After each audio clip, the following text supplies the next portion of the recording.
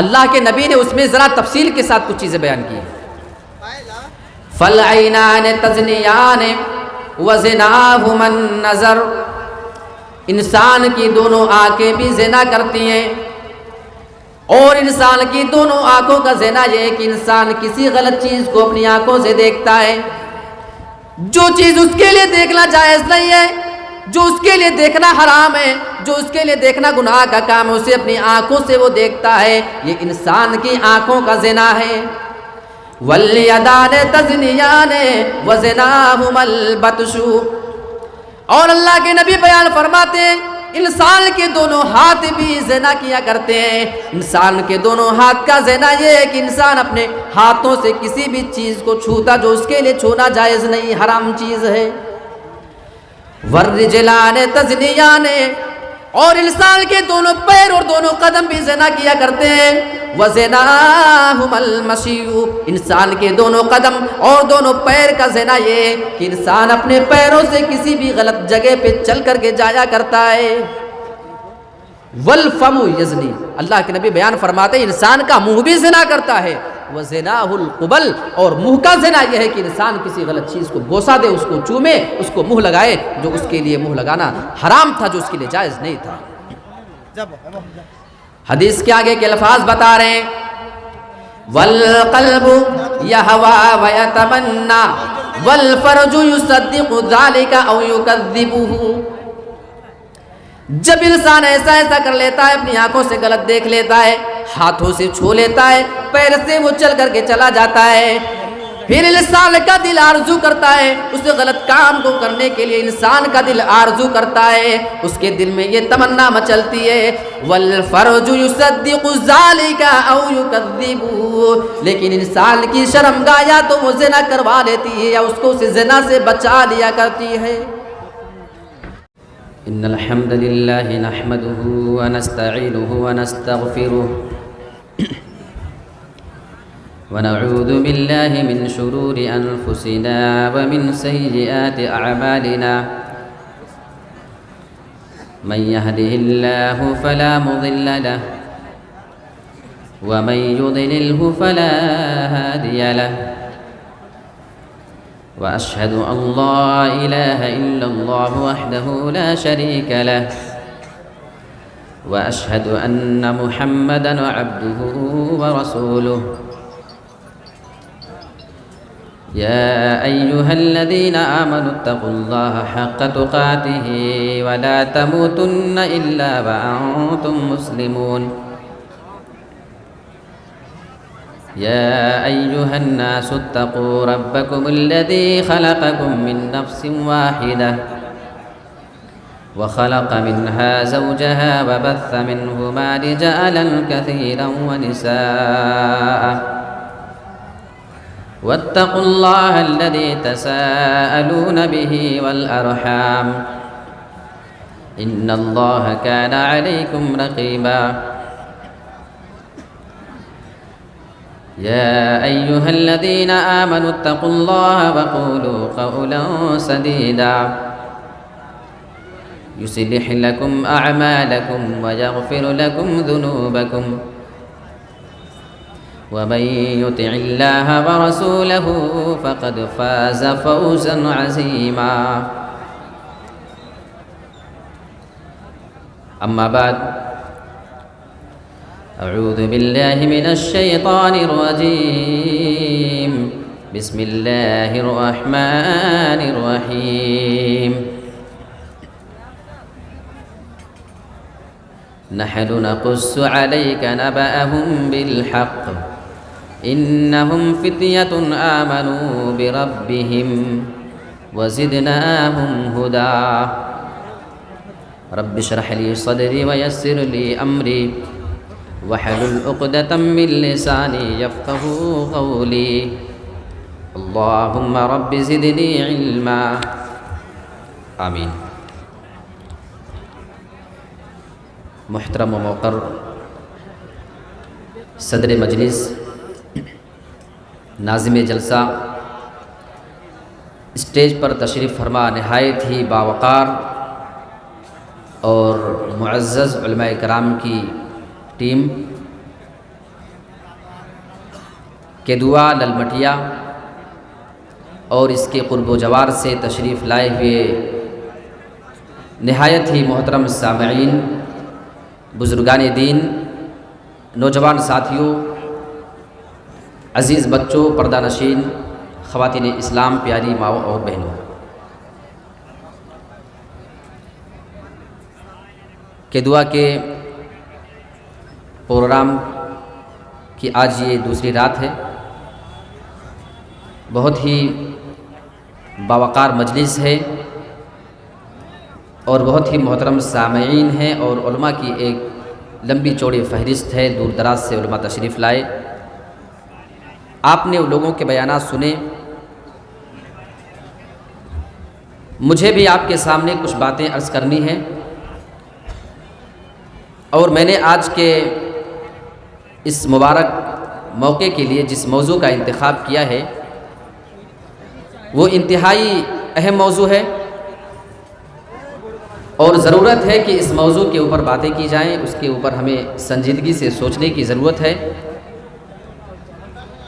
جو میرا آج موضوع ہے وہ ہے نوجوانوں کے بگاڑ، اسباب اور علاج۔ ہمارے مسلم معاشرے میں نوجوان بگڑ کیوں رہے ہیں؟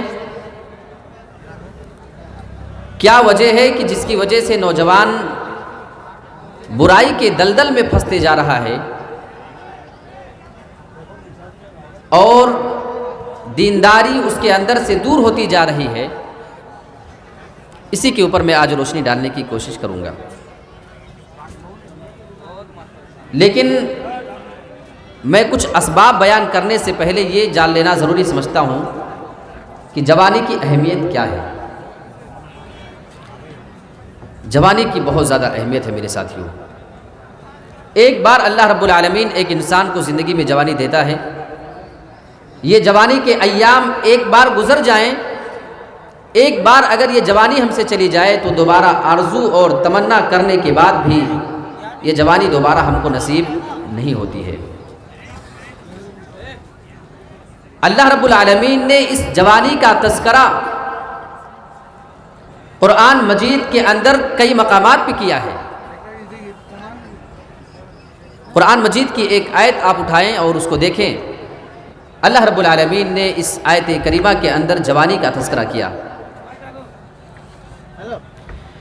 اللہ الذی خلقکم من ضعف ثم جعل من بعد ضعف قوة ثم جعل من بعد قوة ضعفا وشيبة يخلق ما يشاء وهو العليم القدير۔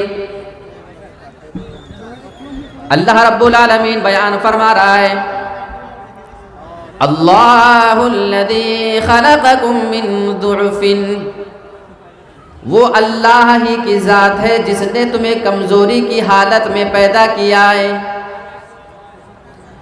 یعنی تمہیں نہایت ہی کمزور چیز سے یعنی منی سے، اس پانی کے قطرے سے پیدا کیا۔ یا اس کا ایک مفہوم یہ بھی بیان کیا جاتا ہے، اللہ رب العالمین نے تمہیں پہلے طفولیت دیا تھا، تمہیں بچپنا دے دیا تھا، تم نہایت کمزور ہوا کرتے تھے، تمہارے اندر بولنے کی طاقت نہیں تھی، تمہارے اندر کوئی چیز محسوس کرنے کی صلاحیت نہیں تھی، تمہارے اندر چلنے پھرنے کی طاقت نہیں، تمہارے اندر چیزوں کو سوچنے اور سمجھنے کی طاقت نہیں تھی۔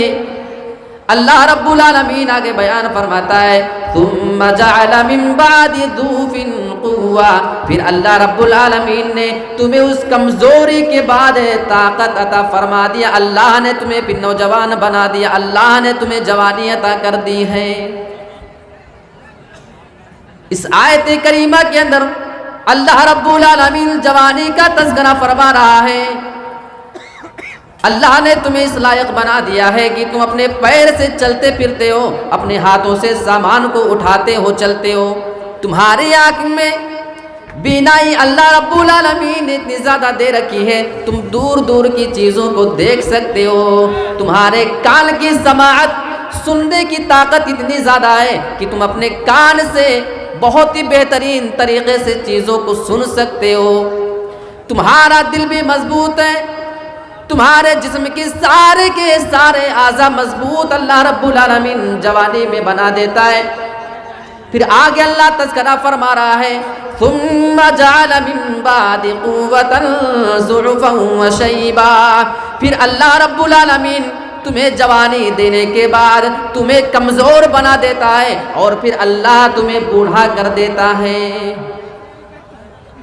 جب آپ جوان ہیں، آپ کے آنکھوں میں طاقت زیادہ ہے، آپ جب بڑھاپے کی عمر کو چلے جایا کرتے ہیں، آپ کی آنکھوں کی بینائی دھیرے دھیرے ختم ہو جایا کرتی ہے، آپ جوان ہوا کرتے ہیں، آپ کے کان سے سننے کی طاقت بہت ہی زیادہ ہوا کرتی ہے، آپ تھوڑی سی اور دھیمے سے بولی جانے والی آواز کو اگر دور آپ سنا کرتے ہیں، آپ اپنے کان سے اس کو سن لیا کرتے ہیں، لیکن اللہ جب تمہیں کمزور کر دیتا ہے، تمہیں بڑھاپے کی عمر میں اللہ رب العالمین جب داخل کر دیتا ہے، اے میرے پیارے ساتھیوں، پھر اللہ رب العالمین تمہارے کان کی طاقت کو بھی چھین لیتا ہے۔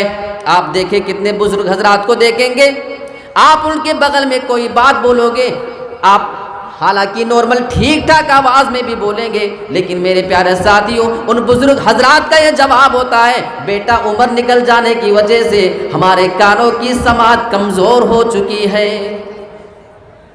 جتنا آپ کو دکھائی دیتا اتنا ان کو دکھائی نہیں دیتا ہے، دانت بھی ان کے کمزور ہیں، دانت بھی گرنا شروع ہو جایا کرتے ہیں۔ اللہ رب العالمین یہاں پہ جوانی کی اہمیت بتانا چاہتا ہے، اے میرے بندے جب ہم نے تجھے جوانی دے رکھی ہے، ہم نے تجھے بہت بڑی نعمت سے نواز کر کے رکھا ہوا ہے، جب یہ نعمت تمہارے پاس سے چلی جائے گی تم بھی افسوس کرو گے اے کاش ہمیں دوبارہ جوانی مل جائے میرے پیارے ساتھیوں، لیکن پھر وہ جوانی دوبارہ کسی کو ملنے والی نہیں۔ کیا ترتیب اللہ نے بیان کی ہے، یخلق ما یشاء، اللہ جو چاہتا ہے پیدا کرتا ہے، اللہ رب العالمین جسے جو نعمت چاہتا ہے وہ نعمت عطا کر دیتا ہے، وَهُوَ الْعَلِيمُ الْقَدِيرُ، اللہ بہتر جانتا ہے کہ کسے کیا نعمت دینا ہے کسے کیا نہیں دینا ہے، القدیر وہ قدرت رکھنے والا ہے، وہ جسے چاہے دے دے، جسے چاہے نہ عطا کرے، جس سے چاہے وہ نعمت چھین سکتا ہے، اس کے اوپر کسی کی زبردستی نہیں ہے، اس کے اوپر کسی دوسرے کا دباؤ چلنے والا بھی نہیں ہے۔ تو یہاں اللہ رب العالمین نے جوانی کا تذکرہ کیا ہے۔ قرآن مجید کی ایک اور آیت لیتے ہیں، اللہ رب العالمین نے نوجوانوں کا ذکر کیا ہے۔ آپ ذرا اندازہ کریں کہ اللہ قرآن میں بار بار کئی جگہوں پہ جوانی کا تذکرہ کیوں کر رہا ہے، اللہ نوجوانوں کا ذکر کیوں کر رہا ہے۔ اللہ رب العالمین بیان فرماتا ہے نحن نقص علیک نبأہم بالحق انہم فتیۃ آمنوا بربہم وزدناہم ہدی، اے میرے نبی ہم تمہارے اوپر ان کے قصے کو حق طور پہ بیان کریں گے، بالکل صحیح طور پہ ان کے قصے تمہیں سنائیں گے۔ کون لوگوں کا تذکرہ اللہ رب العالمین اس آیت کریمہ کے اندر کر رہا ہے، انہم آمنوا بربہم، انہم فتیۃ آمنوا بربہم، اللہ بیان فرماتا ہے وہ کچھ نوجوان تھے، وہ اللہ رب العالمین کے اوپر ایمان لے کر کے آئے۔ یہاں اللہ رب العالمین نوجوانوں کے ایمان کا تذکرہ کر رہا ہے، یہاں مراد کون ہے؟ بہت سے مفسرین کہتے ہیں کہ یہاں پہ کچھ وہ عیسائی زمانے کے لوگ ہیں، عیسائیت دھرم کے ماننے والے جو لوگ تھے اس زمانے میں کچھ نوجوان تھے اور ان کی تعداد 9 یا اس سے کم ہی تھی، وہ نوجوان اللہ رب العالمین پر ایمان لے کر کے آتے ہیں۔ اور بعض لوگوں کا کہنا ہے کہ عیسائی دھرم کے پہلے کی یہ بات ہے، کچھ نوجوان ایمان لے کر کے آئے۔ اسی زمانے میں ایک بادشاہ ہوا کرتا تھا، وہ بادشاہ لوگوں کو بت پرستی کی دعوت دیا کرتا تھا، وہ لوگوں کو شرک اور کفر کی جانب بلایا کرتا تھا، اور یہ نوجوان چھپ چھپ کر کے اللہ رب العالمین کی عبادت کیا کرتے تھے۔ ان کے دل میں اللہ رب العالمین نے ہدایت ڈال دی تھی، وہ نوجوان اللہ کی عبادت کرنے لگے۔ بادشاہ کو خبر ہوتی ہے، وہ بادشاہ ان نوجوانوں کو اپنے پاس بلاتا ہے اور ان سے سوال کرتا ہے کہ تم کس کی عبادت کرتے ہو؟ وہ نوجوان جواب دیتے ہیں ہم اللہ رب العالمین کی عبادت کیا کرتے ہیں اور ہم اس کے ساتھ کسی بھی اور کو شریک نہیں بنانے والے کسی دوسرے معبود کو نہیں پکاریں گے۔ اقرار کیا، اعتراف کیا، لیکن اس بادشاہ سے اور اس کی قوم کے ڈر کی وجہ سے یہ بیچارے وہاں سے نکل کر کے بھاگ گئے کہ کہیں ہمارے جان کے خطرے نہ پڑ جائیں، اس وجہ سے وہ نوجوان چلے گئے۔ اگر نوجوان اللہ پہ ایمان لاتا ہے اللہ اس کا ذکر قرآن مجید کے اندر کرتا ہے، اگر نوجوان اللہ کی توحید کی شہادت بھرے مجمع کے اندر دیتا ہے اللہ کلام پاک کے اندر اس کا تذکرہ فرماتا ہے۔ نوجوانوں اگر اس سے جوانی کی اہمیت نہیں معلوم ہوتی ہے تو پھر اس سے کون سی چیز معلوم ہوتی ہے؟ جوانی بڑی اہم چیز ہے۔ ایک اور آیت لیتا ہوں آپ کے سامنے، اور کیا آیت ہے یہ، اور مفسرین اس کے بارے میں کیا کمنٹ کرتے ہیں وہ بھی میں آپ کو بتاتا ہوں۔ اعلموا انما الحیاۃ الدنیا لعب ولہو وزینۃ وتفاخر بینکم وتکاثر فی الاموال والاولاد۔ اے لوگو تم اچھی طریقے سے جان لو انما الحیات الدنیا لعب ولہو، بے شک یہ دنیا کی زندگی کھیل اور تماشا ہے، وزینۃ، اور یہ دنیا کی زندگی تو زینت کی جگہ، یہ خوبصورت اپنے آپ کو بنانے اور دکھانے کی جگہ، خوبصورتی انسان اپنی دکھاتے پھرتا ہے، انسان اپنے آپ کو زینت کے ساتھ رکھنا پسند کرتا ہے۔ وَتَكَاثُرٌ وَتَفَاخُرٌ بَيْنَكُمْ، یہ دنیا تو آپس میں فخر اور غرور کرنے کی جگہ، انسان ایک دوسرے پہ اپنے فخر کو جتایا کرتا ہے۔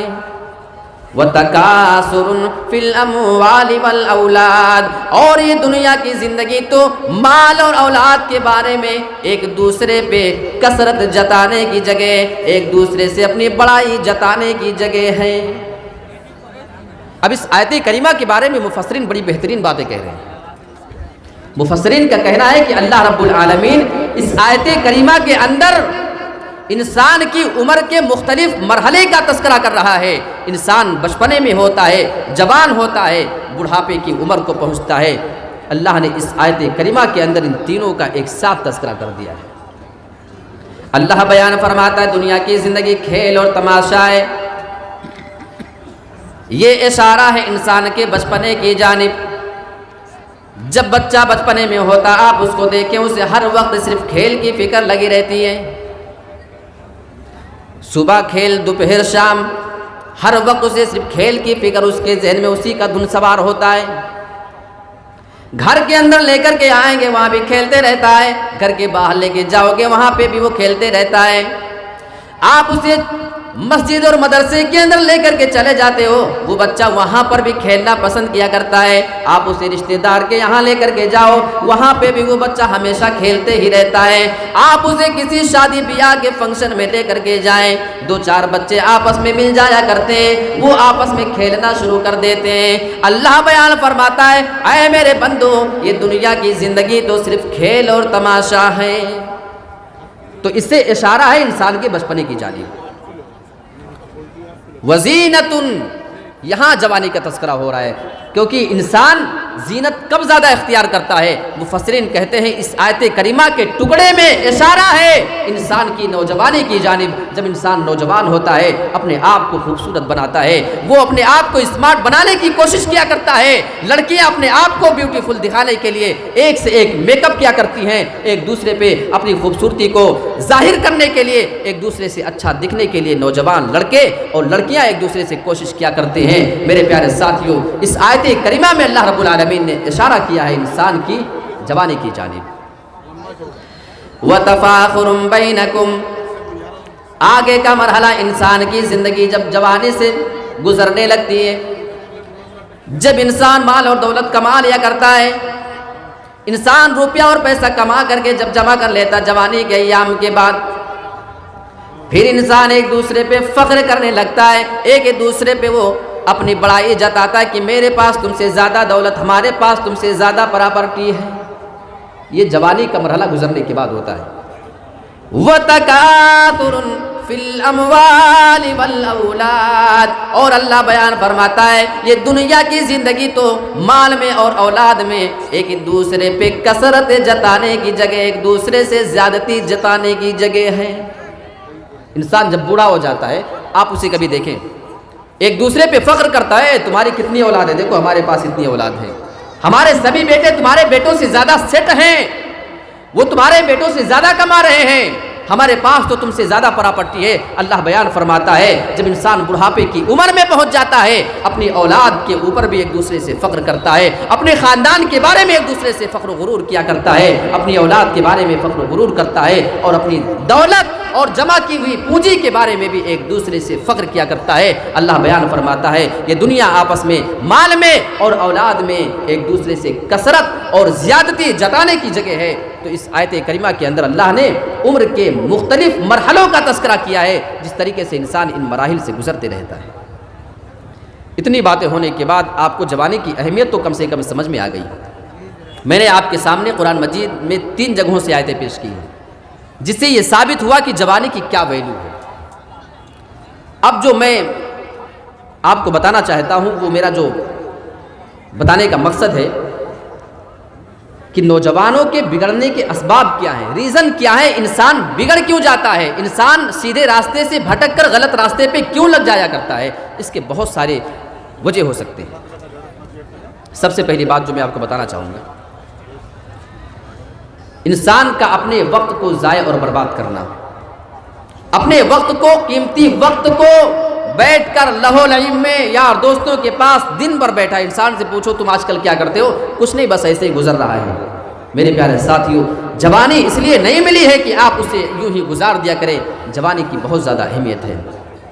اور میں اس حدیث کی جانب جانا تو نہیں چاہ رہا ہوں، لیکن بس اشارہ کر دیتا ہوں، اللہ کے نبی نے بیان فرمایا کہ انسان جب قیامت کے دن جائے گا، اس سے اس کی عمر کے بارے میں سوال کیا جائے گا، تمام عمر کے بارے میں جب سوال ہو جائے گا، الگ سے جوانی کے بارے میں اللہ سوال کرے گا، جوانی کو کیسے گزارا تھا، جبکہ ساری عمر کے بارے میں سوال ہوا، جوانی اس میں آ چکی ہے، لیکن چونکہ جوانی کی ویلیو زیادہ ہے، جوانی کی اہمیت زیادہ ہے، لہٰذا رب کائنات دوبارہ سوال کرے گا، الگ سے بتاؤ جوانی کے بارے میں، ہم تم سے الگ سے سوال کریں گے، اس کا استعمال تم نے کیسے کیا ہے، تم نے اس کو کس طریقے سے گزارا ہے۔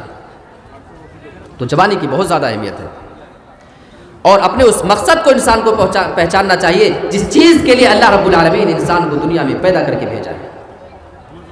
اللہ رب العالمین قرآن مجید کے اندر انسان کے پیدا کرنے کا مقصد بیان فرما رہا ہے، وَمَا خَلَقْتُ الْجِنَّ وَالْإِنسَ إِلَّا لِيَعْبُدُونَ، اے لوگو میں نے انسان اور جنات کو صرف اس لیے پیدا کیا ہے کہ وہ میری عبادت کیا کریں۔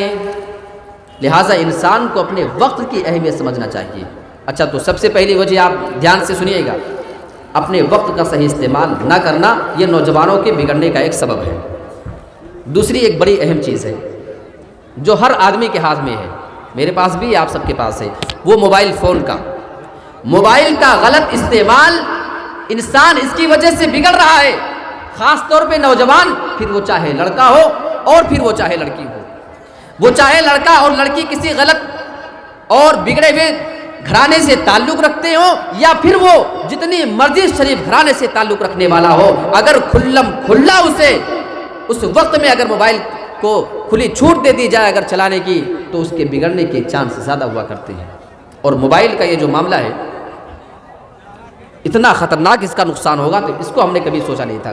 کچھ ٹائم پہلے، ابھی تھوڑے دنوں پہلے، شاید آپ نے بھی دیکھا ہوگا، سوشل میڈیا پہ ایک ویڈیو آئی ہے، خانہ کعبہ کے اندر کچھ حاجی بیٹھے ہیں بیچارے، کون؟ حج کرنے گئے، حج یا عمرہ کرنے والے، اور خانہ کعبہ کے اندر بیٹھے ہیں، اور وہاں پہ وہ تاش کے پتے کھیل رہے تھے، خانہ کعبہ کے اندر تاش کے پتے کھیلے جا رہے ہیں۔ اللہ اکبر! یا ہماری آنکھیں ترستی ہیں کہ اللہ ایک بار ہماری زندگی میں کم سے کم وہ موقع دے کہ یہ گنہگار آنکھیں تیرے اس مقدس گھر کو دیکھ سکیں۔ افسوس یہ ہے کہ وہ بندے اللہ کے گھر میں بھی گئے، لیکن وہاں اللہ رب العالمین کے گھر میں جانے کے بعد وہ تاش کے پتے بیٹھ کر کے کھیل رہے ہیں۔ میرے پیارے ساتھیوں، اس سے زیادہ برا دور اور کیا آ سکتا ہے؟ میں آپ کے سامنے موبائل کی باتیں کر رہا تھا، موبائل کا اتنا زیادہ نقصان بتایا جاتا ہے بار بار آپ سے کہا جاتا ہے کہ آپ اپنے بچوں کو زیادہ موبائل کا عادی نہ بنائیں، آپ اپنے بچوں کے ہاتھ میں بچپنے سے موبائل نہ دے دیا کریں، آپ اپنے بچوں کو گیم سے دور رکھا کریں۔ انہیں بہت سے ایسے گیمز آتے ہیں جن کو کھیلنے کی عادت لگ جایا کرتی ہے، پھر اس سے وہ دور بھی نہیں رہ پاتے ہیں۔ ایک اور آدمی کی ویڈیو آتی ہے، وہ حجر اسود کے پاس بیٹھا ہوا آدمی ہے، اس کے ہاتھ میں ایک موبائل ہے اور موبائل میں وہ بندہ لوڈو کا گیم کھیل رہا تھا۔ حجر اسود سے تھوڑی دوری کے سامنے وہ آدمی بیٹھا ہوا ہے اور وہ آدمی اپنے موبائل فون میں اس طریقے سے اپنے وقت کو ضائع اور برباد کرتا ہے۔ میرے پیارے ساتھیوں، آپ ذرا اندازہ تو لگائیں، اسے اس چیز کی اتنی زیادہ عادت لگ چکی ہے کہ اگر وہ وہاں پہ تھوڑا سا خالی بیٹھا ہے، فری ہو کر کے ٹائم اس کو مل گیا ہے، وہ اپنے گناہوں کو یاد کر کے اللہ رب العالمین سے اپنے سارے کے سارے گناہوں کو یاد کر کے معافی مانگنے کے بجائے اسے موبائل میں لوڈو کھیلنا سوچ رہا ہے۔ میرے پیارے ساتھیوں، اس سے زیادہ موبائل کا اور غلط استعمال کیا ہو سکتا ہے؟ اس سے زیادہ اس کا نقصان کیا ہوگا؟ ارے کتنے بچوں کو آپ دیکھتے ہیں، 4 سال 5 سال کا بیٹا ہے اور باپ اگر 10 منٹ کے لیے فون اگر چھین لے اچانک سے اس کے ہاتھ میں، بچہ روتے روتے ایسے سانس بھر لیتا ہے کہ لگتا ہے کہ اس کا دم نکل جائے گا۔ آپ لوگ تو دیکھتے رہتے ہیں سب، کتنے لوگ کہتے ہیں کیا بتائیں بھائی، اس کے منہ میں پھونک مار کے ہم کو سانس ڈالنا پڑتا ہے، ایسا لگتا ہے کہ وہ ابھی مر ہی جائے گا، جبکہ یہ سب بچوں کی شرارت ہوتی ہے۔ ان کو معلوم ہے کہ ہم کیا کریں گے تب ہم کو فون ملے گا۔ اللہ کے واسطے اپنے بچوں کو موبائل فون سے دور رکھیں، ورنہ اللہ کی قسم اگر آج کوئی آدمی حجر اسود کے سامنے بیٹھ کر کے لوڈو گیم کھیل سکتا ہے اپنے موبائل میں تو کوئی بعید بات نہیں ہے، کوئی تعجب کی بات نہیں ہے کہ آپ کا وہ آنے والا بیٹا جو فری فائر گیم کا عادی ہے، جو بہت سارے کھیل کا عادی ہے، جو موبائل میں وہ گیم کھیلا کرتا ہے، کوئی حیرت کی بات نہیں کہ پھر آپ کے بیٹے کے بارے میں بھی یہ خبر آ جائے کہ وہ خانہ کعبہ میں جانے کے بعد بھی گیم کھیلتے ہوئے نظر آیا ہے، یہ خبر آ جائے تو پھر آپ تعجب نہیں کرنا۔ تو موبائل کا غلط استعمال یہ بہت خطرناک چیز ہے۔ دوسری چیز ہو گئی، اب تیسری بہت اہم بات ہے، اپنے آپ کو خالی رکھنا، فری رکھنا، فضول کا بیٹھے رہنا، اپنے آپ کو کاموں میں نہ لگانا، یہ تیسری وجہ ہے نوجوانوں کے بگڑنے کی۔ لہٰذا والدین کو چاہیے کہ اپنے بچے کو چھوٹے سے ہی، یاد رکھیے جتنے بھی والدین ہیں، چاہے ماں ہو چاہے باپ، غور سے سنیے، آپ کے گھر میں اگر بچہ چھوٹا ہے یا آپ کی ذمہ داری بنتی ہے، بہت کام کی بات بتا رہا ہوں، اپنے بچے کو یا تو دنیاوی کسی کام میں لگا دے، وہ کھیلتا رہے کچھ نہ کچھ، موبائل کے علاوہ کھیلنے دو اس کو، جتنا کھیلنا کھیلنے دو، تھک جانے دو اس کو، صبح سے کھیلے گا دوپہر میں سو جائے گا، دوپہر کے بعد سب تھکے گا، اس کے بعد کھیلنے دو اس کو، جتنے مرضی وہ تھک جانے دو، پریشان کرے ہونے دو، گھر میں ہنگامے ہونے دو۔ یہاں تو مائیں موبائل بچوں کو اس لیے دیتی ہیں کہ پریشان بہت کرتا ہے، موبائل دے دیتی ہے تو تھوڑا سا ہم کو بھی چین آتا ہے، جا کے سکون سے بیٹھ کے کم سے کم کچھ دیکھتا ہے اور گیم ویم اپنا کھیلتے رہتا ہے۔ یہ مائیں اپنے بچوں کو بگاڑ رہی ہیں، آپ کو نہیں معلوم کہ آپ اپنے بچے کو عادت ڈال رہی ہیں۔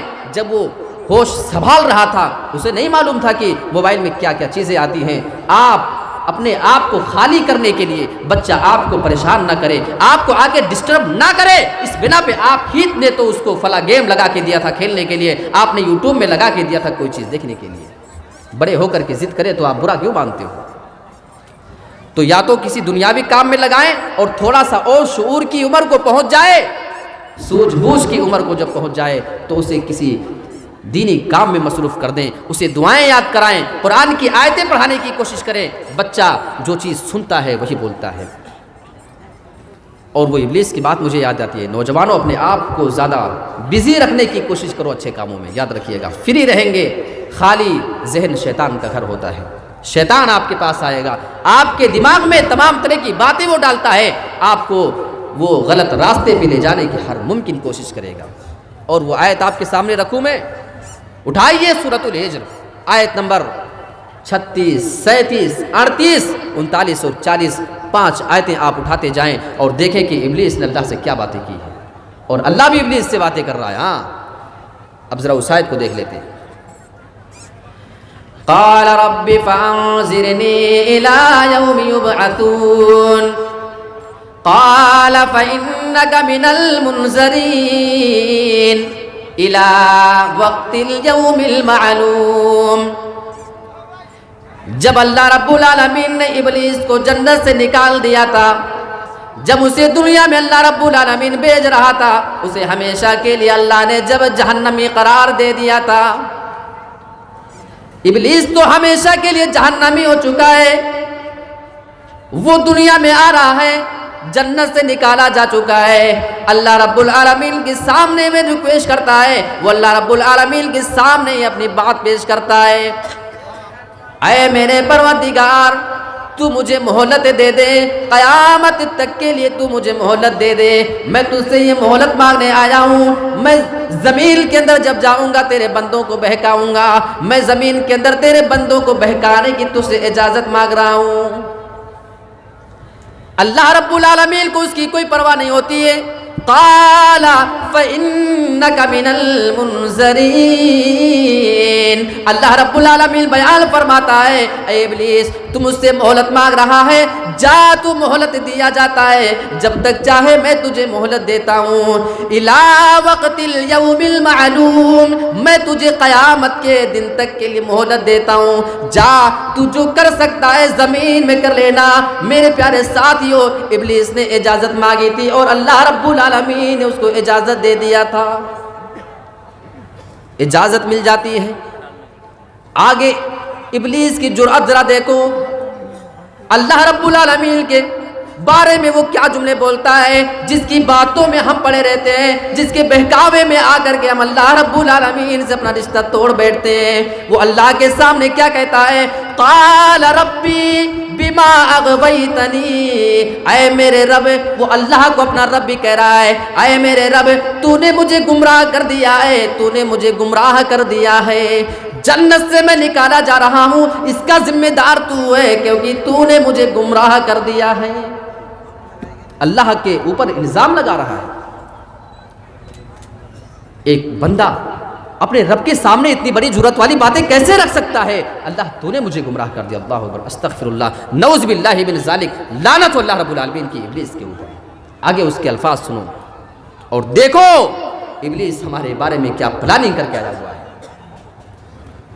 بما اغویتنی لأزینن لہم فی الارض.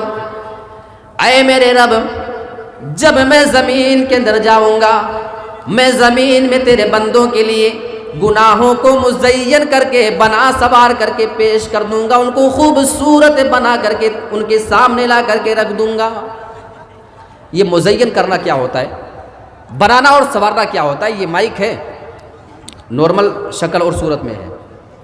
اس کی ایسی ڈیزائننگ کر دی جائے کہ دیکھنے والے کو بڑی خوبصورت لگنے لگے کہ ہاں یار یہ تو کتنی پیاری چیز ہے, اس کو لینا چاہیے, جبکہ اندر سے ہونا اچھی لیکن دکھنے میں ایسی وہ لگنے لگے. کبھی کبھی دیکھیں کچھ لوگ گفٹ لے کر کے کہیں جاتے ہیں, ہاں جیسے شادی بیاہ ہے, اب کس نے کیا دیا یہ کون دیکھتا ہے؟ 100 روپے کا گفٹ لیا اور 20 روپے کی پیکنگ بڑی سی کرائی اور لے جا کے پکڑا دیا. اب کس کو معلوم کیا کون لے کے آیا؟ وہ جا رہا ہے 100 روپے میں نام ہو گیا, اتنا بڑا گفٹ آیا تھا. اب جا کے کھولیں گے صاحب, پتہ چلے کہ کچھ ہے 100 روپے کا کوئی چھوٹا سا سامان.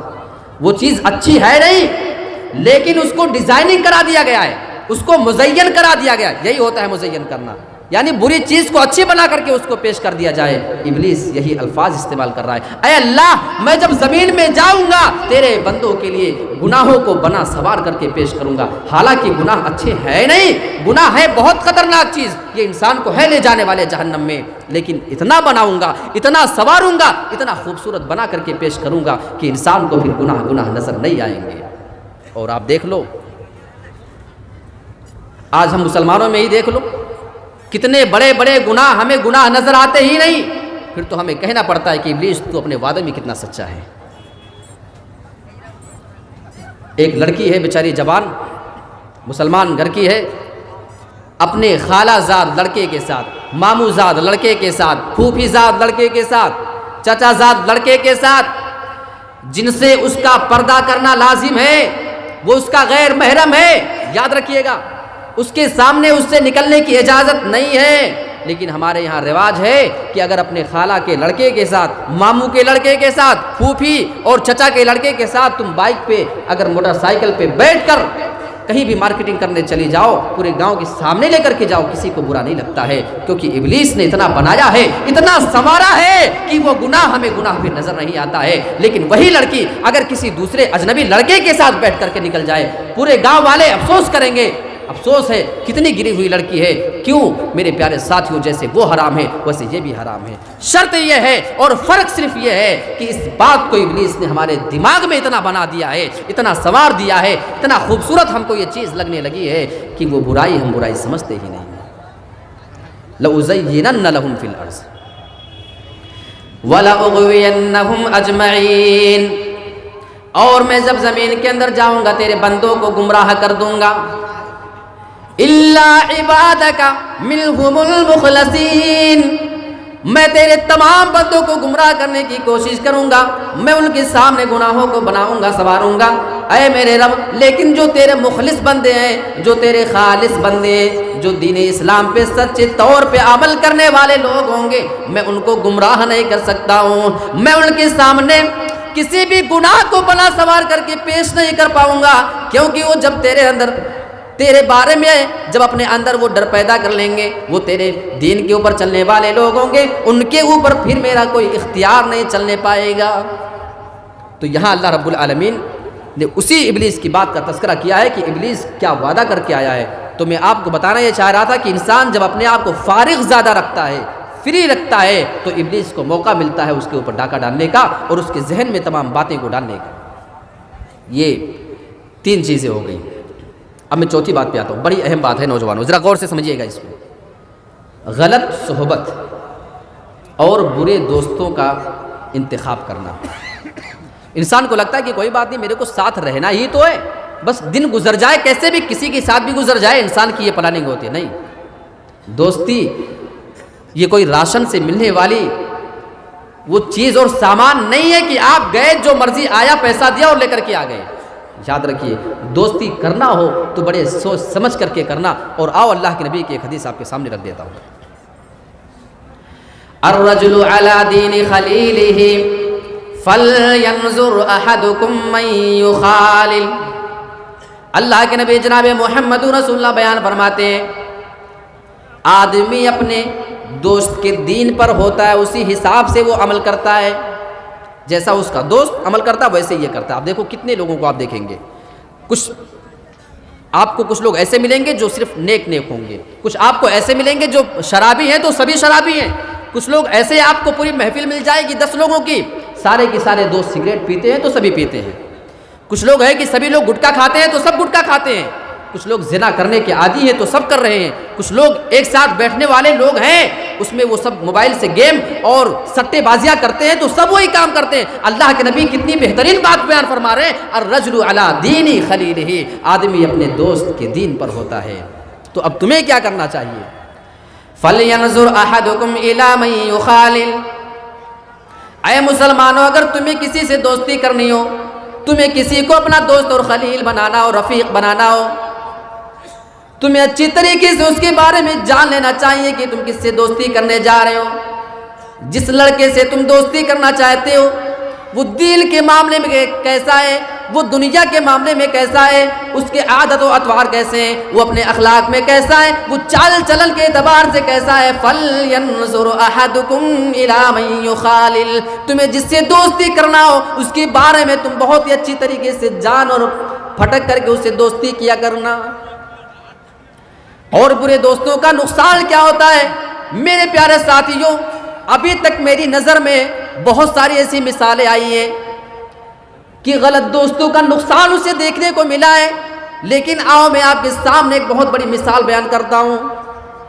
میں بات کر رہا ہوں اللہ کے نبی جناب محمد رسول اللہ کے پیارے اور محبوب چچا ابو طالب کی بات کر رہا ہوں۔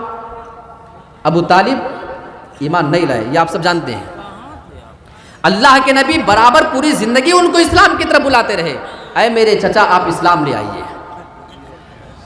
ابو طالب کی حالت بہت زیادہ خراب ہو چکی ہے، سخت بیمار پڑ چکے ہیں، ان کی زندگی کے آخری ایام چل رہے ہیں، لاسٹ ٹائم ان کی زندگی کا چل رہا ہے۔ اللہ کے نبی اپنے چچا سے بہت ہی زیادہ محبت کیا کرتے تھے، کیونکہ اللہ کے نبی کے چچا آپ کے لیے پوری زندگی تکلیف اٹھایا کرتے تھے، آپ قریش والوں کی باتوں کو بھی سنا کرتے تھے، آپ ان کی بہت ساری پریشانیوں کو جھیل کر کے اپنے بھتیجے کی حفاظت کیا کرتے تھے۔ اللہ کے نبی کی بڑی خواہش تھی کسی طریقے سے بس میرے چچا ایمان لے آئے۔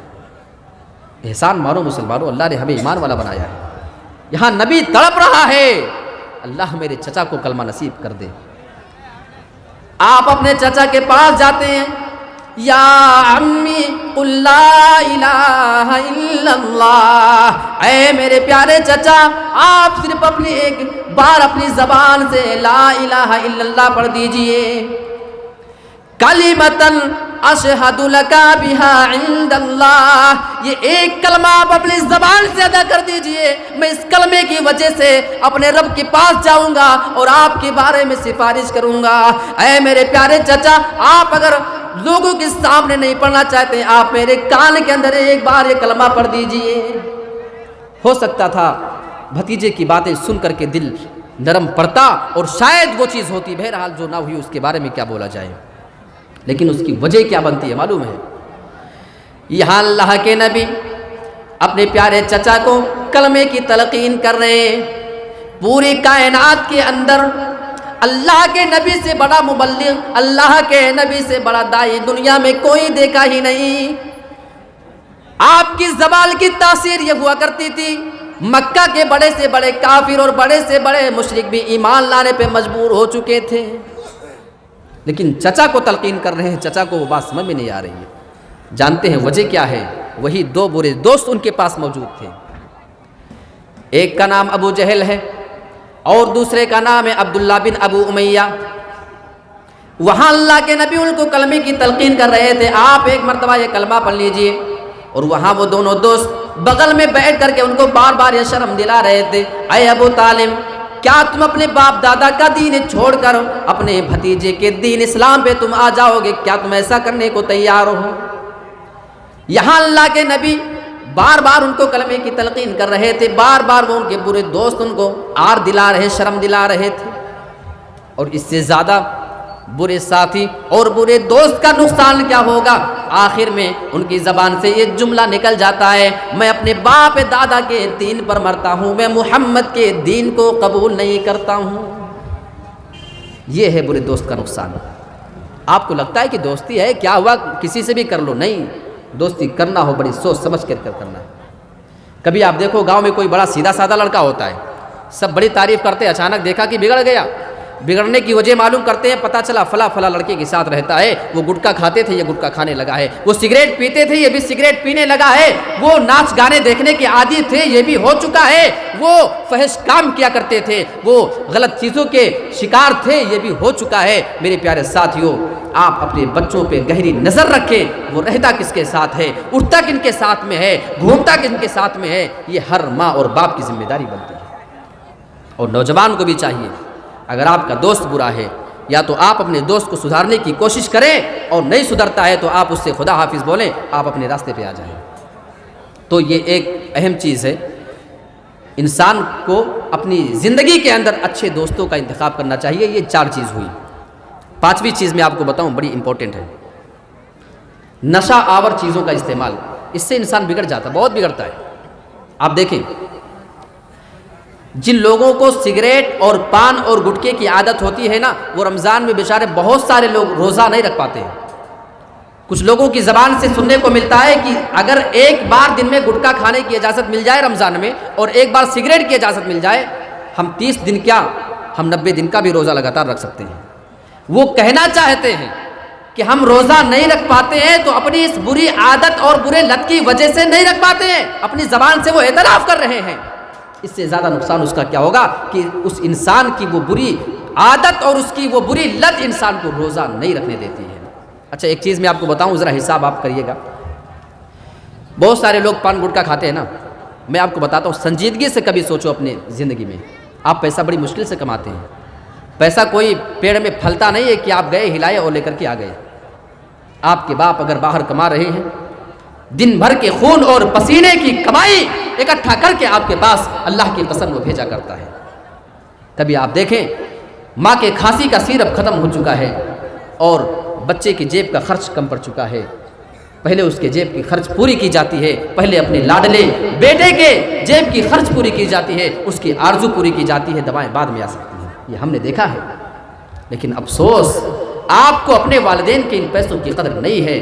آپ اگر گٹکا کھاتے ہو، ایک حساب نکالتا ہوں بڑی سمپل، جو آدمی پان گٹکے کا عادی ہوتا ہے کم سے کم دن میں 50 روپے کا تو کھا لے گا، یہ میں کم سے کم لے رہا ہوں، اتنا تو ہے نا بھائی، آپ لوگ بول دو کم سے کم، نوجوان آگے آپ ہی بیٹھے ہیں، 50 روپیہ تو کھا ہی جائے گا نا، اس سے کم تو نہیں ہوگا۔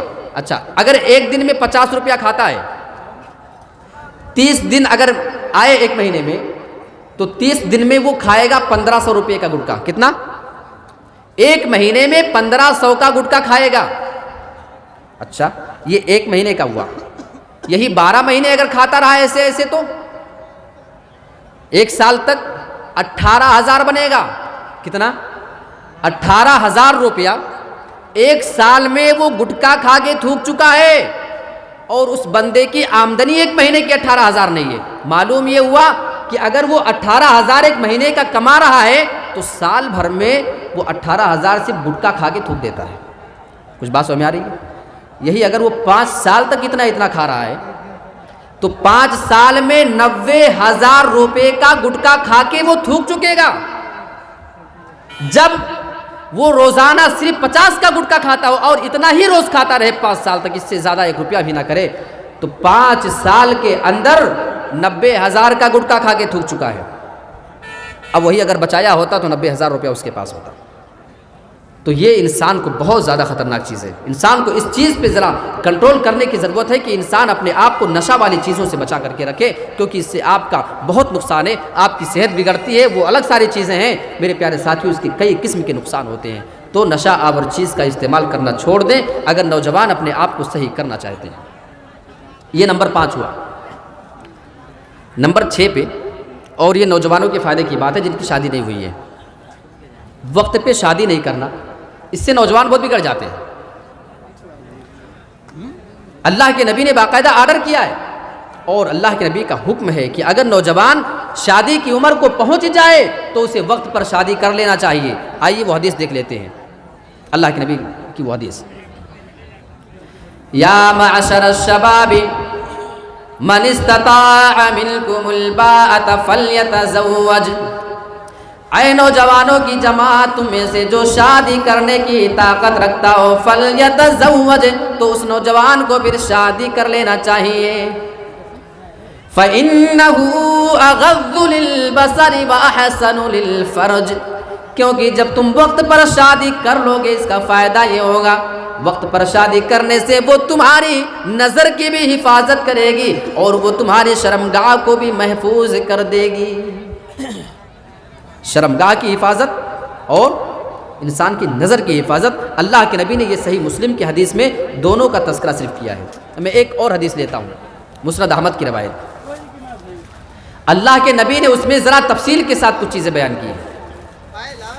فَالْعَيْنَانِ تَزْنِيَانِ وَزِنَاهُمَا النَّظَرُ، انسان کی دونوں آنکھیں بھی زنا کرتی ہیں، اور انسان کی دونوں آنکھوں کا زنا یہ ہے کہ انسان کسی غلط چیز کو اپنی آنکھوں سے دیکھتا ہے، جو چیز اس کے لیے دیکھنا جائز نہیں ہے، جو اس کے لیے دیکھنا حرام ہے، جو اس کے لیے دیکھنا گناہ کا کام ہے، اسے اپنی آنکھوں سے وہ دیکھتا ہے، یہ انسان کی آنکھوں کا زنا ہے۔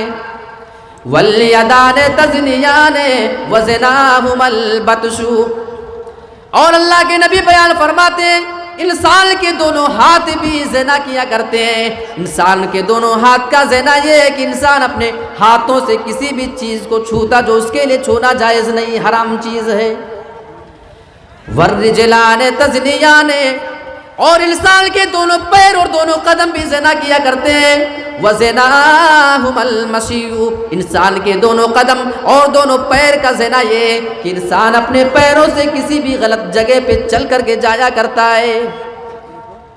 وَالْفَمُ يَزْنِي، اللہ کے نبی بیان فرماتے ہیں انسان کا منہ بھی زنا کرتا ہے۔ وَزِنَاهُ الْقُبَلُ، اور منہ کا زنا یہ ہے کہ انسان کسی غلط چیز کو بوسہ دے، اس کو چومے، اس کو منہ لگائے جو اس کے لیے منہ لگانا حرام تھا، جو اس کے لیے جائز نہیں تھا۔ حدیث کے آگے کے الفاظ بتا رہے ہیں والقلب یہوا ویتمنا والفرج یصدق ذلك او یکذبہ.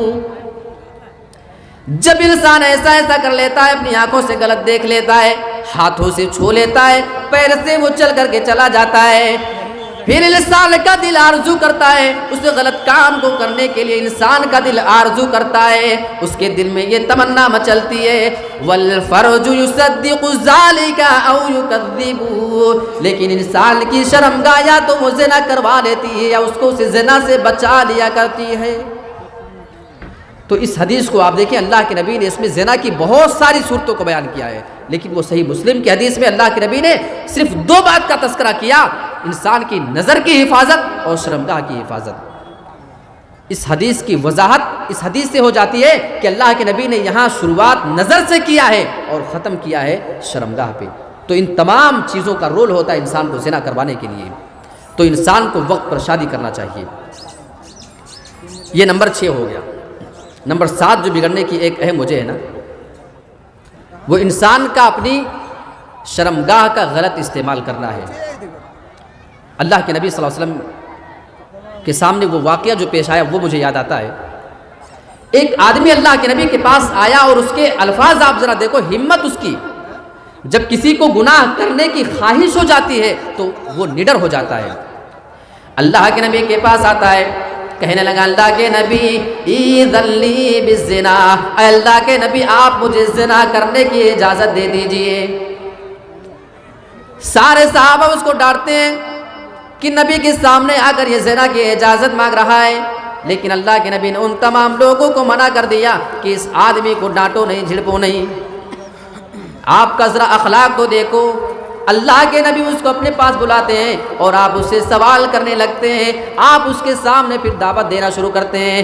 آپ اس سے سوال کرتے ہیں اتحبہ لامک، اے میرے پیارے ساتھی تم میرے پاس آنے کے بعد زنا کرنے کی اجازت جو مانگ رہے ہو، یہ بتاؤ میں تم سے کچھ سوال کر لیتا ہوں. اگر کوئی بھی آدمی تمہاری ماں کے ساتھ زنا کرے تو کیا تمہیں یہ بات پسند آئے گی کہ وہ تمہاری ماں کے ساتھ زنا کرے؟ کہنے لگا اللہ کے نبی بالکل نہیں. اللہ کے نبی اپنا سوال بدلتے ہیں اتحبہ لابنتک، کیا یہ کام تو اپنی بیٹی کے لیے پسند کرے گا؟ کوئی تمہاری بیٹی کے پاس جائے، اس کے جسم سے کھیلے، وہ اس کے ساتھ اگر زنا کرے تو کیا یہ بات تجھے پسند آئے گی یا نہیں؟ کہنے لگا اللہ کے نبی بالکل نہیں. اللہ کے نبی آگے سوال کرتے ہیں، آپ اس کے سامنے ایک ایک رشتہ گنا کر کے آپ اس کو احساس دلانا چاہ رہے ہیں. اتحبہ لاختک، اے میرے پیارے ساتھی یہ بتاؤ اگر کوئی تمہاری بہن کے پاس جائے اور اس کے ساتھ وہ زنا کرے، اس کے جسم سے کھیلنے کی کوشش کرے تو کیا یہ بات تمہیں پسند آئے گی؟ کہنے لگا اللہ کے نبی بالکل نہیں. آپ اس سے سوال کرتے ہیں اتحبہ لعمتک، اے میرے پیارے ساتھی یہ بتاؤ اگر کوئی تمہاری پھوپھی کے پاس جائے اور اسے زنا کرے تو کیا یہ بات تمہیں پسند آئے گی؟ کہنے لگا اللہ کے نبی نہیں. آپ اس سے آخری سوال کرتے ہیں اتحبہ لخالتک، کیا یہ کام تو اپنی خالہ کے لیے پسند کرے گا؟ تمہاری ماں کی بہن جو تمہاری خالہ ہے، اگر کوئی یہ کام اس کے ساتھ کرنا چاہے تو کیا یہ بات تمہیں پسند آئے گی؟ کہنے لگا لا واللہ، اے اللہ کے نبی بالکل نہیں، اللہ کی قسم مجھے یہ بات پسند نہیں. سبھی چیزوں میں انکار. اب اللہ کے نبی کے سمجھانے کا طریقہ ذرا دیکھو.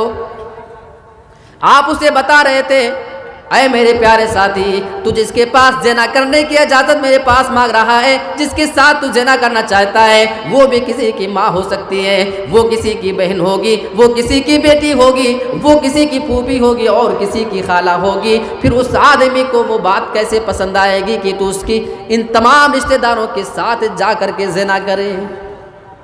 اس آدمی کی سمجھ میں بات آ رہی تھی. اللہ کے نبی اس آدمی کے سینے پہ اپنا ہاتھ رکھتے ہیں اور اللہ رب العالمین سے دعا کرتے ہیں اللہم اغفر ذنبہ، اے اللہ تو اس آدمی کے گناہ کو معاف کر دے، وطہر قلبہ، اور اللہ تو اس آدمی کے دل کو پاک کر دے، وحسن فرجہ، اور اس آدمی کی شرمگاہ کی تو حفاظت فرما لے. اللہ کے نبی نے دعا کیا، اللہ رب العالمین نے اس نبی کی دعا کو سنا اور وہ آدمی پھر کبھی دوبارہ اس کام کی طرف نہیں پلٹا۔ تو جو نوجوان اپنی شرمگاہ کا غلط استعمال کرتے ہیں، بس ایک بار صرف سوچ لو کہ ہم جس حالت میں کسی لڑکی کے ساتھ موجود ہیں، کوئی میری بہن کے ساتھ ہوتا، کوئی میری ماں کے ساتھ اس حال میں ہوتا اور میری نظر اس پہ پڑ جاتی تو مجھے کتنا خراب لگتا۔ جتنا تمہیں لگے گا اتنا ہی اسے بھی لگے گا، جس کی وہ بہن ہوگی، جس کی وہ بیٹی ہوگی۔ میرے پیارے ساتھیوں، انسان کو اپنی شرمگاہ کا صحیح استعمال کرنا چاہیے۔ انسان کے بگڑنے کی ایک اور وجہ ہے، یہ نمبر 7 ہو گیا۔ نمبر 8 پہ ہے حرام کمائی۔ دیکھو، کمانے سے اللہ نہیں روکتا ہے، بلکہ اللہ نے تو باقاعدہ روزی تلاش کرنے کا حکم دیا ہے۔ آپ قرآن اٹھاؤ، فَإِذَا قُضِيَتِ الصَّلَاةُ فَانتَشِرُوا فِي الْأَرْضِ وَابْتَغُوا مِنْ فَضْلِ اللَّهِ۔ اے لوگو، جب نماز ختم ہو جایا کرے تو تم اللہ رب العالمین کی زمین میں پھیل جایا کرو اور تم اللہ رب العالمین کے فضل و کرم کو تلاش کیا کرو۔ حلال کمائی کا اللہ آرڈر کر رہا ہے باقاعدہ، لیکن حرام کمائی کا نقصان جانتے ہیں؟ اچھا، بسا اوقات میں کچھ لوگوں کو سنتا ہوں کہ ہم 2 سال سے ایک دعا مانگ رہے ہیں، آج تک قبول نہیں ہو رہی ہے۔ ہم 10 سال سے کوئی چیز مانگ رہے ہیں، آج تک قبول نہیں ہو رہی ہے۔ آئیے ایک حدیث آپ کے سامنے رکھتا ہوں، شاید کہیں وجہ یہ ہو۔ اللہ کے نبی بیان فرماتے ہیں، ایک آدمی اللہ رب العالمین سے دعا مانگنے کے لیے آتا ہے، وہ بہت ہی زیادہ دور کا سفر کر کے اللہ رب العالمین کے پاس جاتا، اللہ کے دربار میں جایا کرتا ہے۔ اس کے بال بکھرے ہوتے ہیں، پراگندہ بال ہوا کرتے ہیں، اس کے کپڑے بھی میلے کچیلے۔ وہ اللہ رب العالمین کے پاس آتا ہے اور دعائیں کرتا ہے، یا ربی یا ربی، اے میرے پروردگار مجھے تو یہ چیز عطا کر دے، اے اللہ مجھے یہ چیز عطا کر دے۔ وہ آدمی مسلسل اللہ رب العالمین سے دعائیں مانگتا ہے، لیکن اللہ کے نبی بیان فرماتے ہیں وَمَطْعَمُهُ حَرَامٌ، لیکن اس آدمی کا کھانا حرام کا ہوا کرتا ہے، حرام کمائی کا کھاتا ہے۔ وَمَشْرَبُهُ حَرَامٌ، اور اس کا پینا بھی حرام ہوا کرتا ہے۔ کچھ ٹائم پہلے لوگ سوچا کرتے تھے کہ اس کا پینا حرام کیسے ہوگا۔ آج کل کا زمانہ آپ دیکھیں، بہت ساری ایسی چیزیں جو انسان حرام کا لے کر کے اس کو پیا کرتا ہے۔ میرے پیارے ساتھیوں، اس کا پینا بھی حرام کا ہوا کرتا ہے۔ وَمَلْبَسُهُ حَرَامٌ، اور اس کا لباس بھی حرام کا ہوا کرتا ہے۔ وَغُذِيَ بِالْحَرَامِ، وہ بندہ اپنے اندر جو غذا لیا کرتا ہے، جو چیزیں وہ کھایا کرتا ہے، وہ بھی حرام کمائی کی ہوا کرتی ہیں۔ اللہ کے نبی بیان فرماتے ہیں، اس کا کھانا بھی حرام ہے، اس کا پینا بھی حرام، اس کا لباس بھی حرام ہے۔ وہ جو چیزیں غذا اپنے اندر کھایا کرتا ہے وہ بھی حرام کی چیز ہوا کرتی ہے۔ اللہ کے نبی بیان فرماتے ہیں، فَأَنَّا يُسْتَجَابُ لِذَلِكَ، پھر اس آدمی کی دعا اللہ قبول کرے تو کیسے قبول کرے؟ اے میرے مسلمان بھائیوں، ہو سکتا ہے آپ کی کمائی میں تھوڑی بہت حرام کی چیز ملی ہوئی ہو، آپ کی غذا میں کچھ حرام کی چیز ملی ہوئی ہو، آپ اللہ رب العالمین سے دعائیں مانگتے ہیں اور آپ اللہ رب العالمین سے دعا مانگتے مانگتے مایوس ہو رہے ہیں۔ میں اس دعا کی طرف نہیں جانا چاہتا ہوں، لیکن ہو سکتا ہے کہ آپ کی کمائی میں، آپ کے کاروبار میں کچھ حرام کی چیز ملی ہوئی ہو، آپ اس کو پہلے چھوڑیں اور اللہ رب العالمین سے دعا کریں، اللہ آپ کی دعاؤں کو انشاءاللہ قبول کرے گا۔ تو یہ نمبر 8 ہو گئی۔ اور نمبر 9 ہے کہ اللہ کی اطاعت چھوڑ کر دوسروں کی اطاعت کرنا اور دوسروں کے نقش قدم پہ چل جانا۔ اللہ کے نبی کی وہ حدیث، لَتَتَّبِعُنَّ سُنَنَ مَنْ كَانَ قَبْلَكُمْ، تم ضرور پیروی کرو گے ان لوگوں کی جو تم سے پہلے گزر چکے ہیں۔ شبرن بشبرن، ایک بالشت اگر وہ کسی چیز میں چلے ہوں گے تو تم بھی چلو گے۔ وَذِرَاعًا بِذِرَاعٍ، ایک ہاتھ یا ایک گز اگر وہ چلے ہوں گے تو تم بھی اتنا چلو گے، ویسا ویسا کام کرو گے۔ صحابہ کہتے ہیں، ہم نے اللہ کے نبی سے سوال کر لیا، اے اللہ کے نبی، کیا آپ یہود و نصارہ کی بات تو نہیں کر رہے ہیں؟ کیا ہم یہود و نصارہ کے نقش قدم پہ چلیں گے؟ اللہ کے نبی بیان فرماتے ہیں، فمن، ہاں میں یہود و نصارہ ہی کی باتیں تو کر رہا ہوں، یہود و نصارہ نہیں تو پھر اس سے اور کون مراد ہو سکتے ہیں؟ اور آپ ذرا دیکھیں انسان کس طریقے سے ان کی پیروی میں چلا ہوا ہے۔ پہنا جا رہا ہے ان کے حساب سے، کھایا جا رہا ہے ان کے حساب سے، پیا جا رہا ہے ان کے حساب سے، شادی بیاہ کیے جا رہے ہیں ان کے حساب سے، رسم اور کلچر ہمارے درمیان گھسے جا رہے ہیں، تو یہود و نصارہ کے اعتبار سے ہم لوگ اپنے گھر میں تمام چیزیں رائج کرنے کی کوشش کرتے ہیں۔ کسی شاعر نے بڑی بہترین بات کی تھی، وضع میں تم ہو نصارہ تو تمدن میں ہنود، وضع میں تم ہو نصارہ تو تمدن میں ہنود، یہ مسلمان ہیں جنہیں دیکھ کے شرمائے یہود۔ میرے پیارے ساتھیوں، اللہ کے نبی نے بیان فرمایا تھا تم یہود و نصارہ کے نقش قدم پہ چلنے کے اتنے زیادہ عادی ہو جاؤ گے، اتنے زیادہ عادی ہو جاؤ گے، یہاں تک کہ اگر وہ کسی گوہ کے بل میں بھی داخل ہوئے ہوں گے تو تم اس میں بھی داخل ہو جاؤ گے۔ تو یہ نمبر 9 ہی اور آخری چیز بتا کے اپنی بات کو میں ختم کرتا ہوں۔ آخری چیز ہے کہ بچپن ہی سے بچوں کی تربیت پہ غور نہ کرنا، یہ والدین کی بہت بڑی لاپرواہی ہوتی ہے۔ بیٹا کچھ غلط کر رہا ہے تو ماں باپ کو بہت اچھا لگ رہا ہے، اگر چھوٹا بچہ ہے ماں کو تماچے مارتا ہے تو باپ بڑا خوش ہوتا ہے، بیٹا ذرا اور زور سے مار، تو ماں بھی بیچتی ہے، بیٹا ذرا اپنے باپ کو مار کے بتا۔ ابھی بچپن میں مارا ہوا اچھا لگ رہا ہے، وہاں ضرورت اس بات کی تھی کہ انسان اگر ماں ہے تو اپنے اس بیٹے کو اس کے باپ کی ویلیو بتائے کہ تمہارے باپ کی قدر کیا ہے، تمہارا باپ تمہارے لیے کیا کچھ کرتا ہے۔ خبردار اے میرے بیٹے، کبھی کسی بیٹے کا ہاتھ اپنے باپ کے لیے نہیں اٹھانا چاہیے۔ وہ باپ کو بتانا چاہیے کہ تیری ماں تیرے لیے کتنی مشقتیں برداشت کر کے تجھے پالی پوسی ہے اور کس طریقے سے تیری پرورش اس نے کیا ہے۔ میرے پیارے ساتھیوں، جہاں اس بچے کو بچپنے میں یہ تعلیم دینی تھی، ہم اس کی اس غلط حرکتوں پہ ہنستے تھے میرے پیارے ساتھیوں، لیکن بعد میں اگر وہی لڑکا بڑے ہونے کے بعد ہمارے ساتھ بدتمیزیاں کرتا ہے، ہمارے ساتھ اگر وہ غلط سلوک کیا کرتا ہے تو ہم آنسو بہاتے ہیں۔ سچ یہ ہے کہ اس بچے کو بگاڑنے میں ماں نے کردار ادا کیا ہے، اس بچے کو بگاڑنے میں باپ نے بھی کردار ادا کیا ہے۔ میرے پیارے ساتھیوں، اگر آپ کو فکر کرنی ہے تو بچوں کو بچپنے میں ہی ان کو صحیح روٹ پہ، صحیح لائن پہ لگانے کی کوشش کریں۔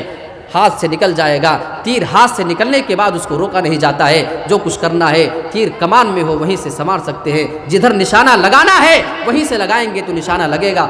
تیر نکل جائے، بندوق سے گولی نکل جائے، آپ سوچے ارے رے گڑبڑ ہو گیا، ادھر نہیں ادھر جانا چاہیے تھا، اب آپ کے اشارے پہ نہیں، اب جہاں جانا ہے وہاں جائے گی۔ میرے پیارے ساتھیوں، ضرورت اس بات کی ہے کہ بچوں کو بچپنے سے ہم ایسی تربیت دیں، ایسے لائن پہ چلائیں، ایسی باتیں ان کے دماغ میں ڈالیں کہ غلط چیزوں کا ان کے ذہن میں تصور تک نہ آئے۔ یہ چند باتیں تھیں میرے سامنے، میرے پیارے ساتھیوں، جو میں نے آپ لوگوں کے سامنے نوجوانوں کے بگاڑ اور اس کے اسباب و علاج کے اوپر کچھ باتیں رکھنے کی کوشش کی ہے۔ اللہ رب العالمین سے ہم دعا کرتے ہیں کہ پروردگار عالم کہی گئی تمام باتوں پہ ہم تمام حضرات کو عمل پیرا ہونے کی توفیق عطا فرما، آمین۔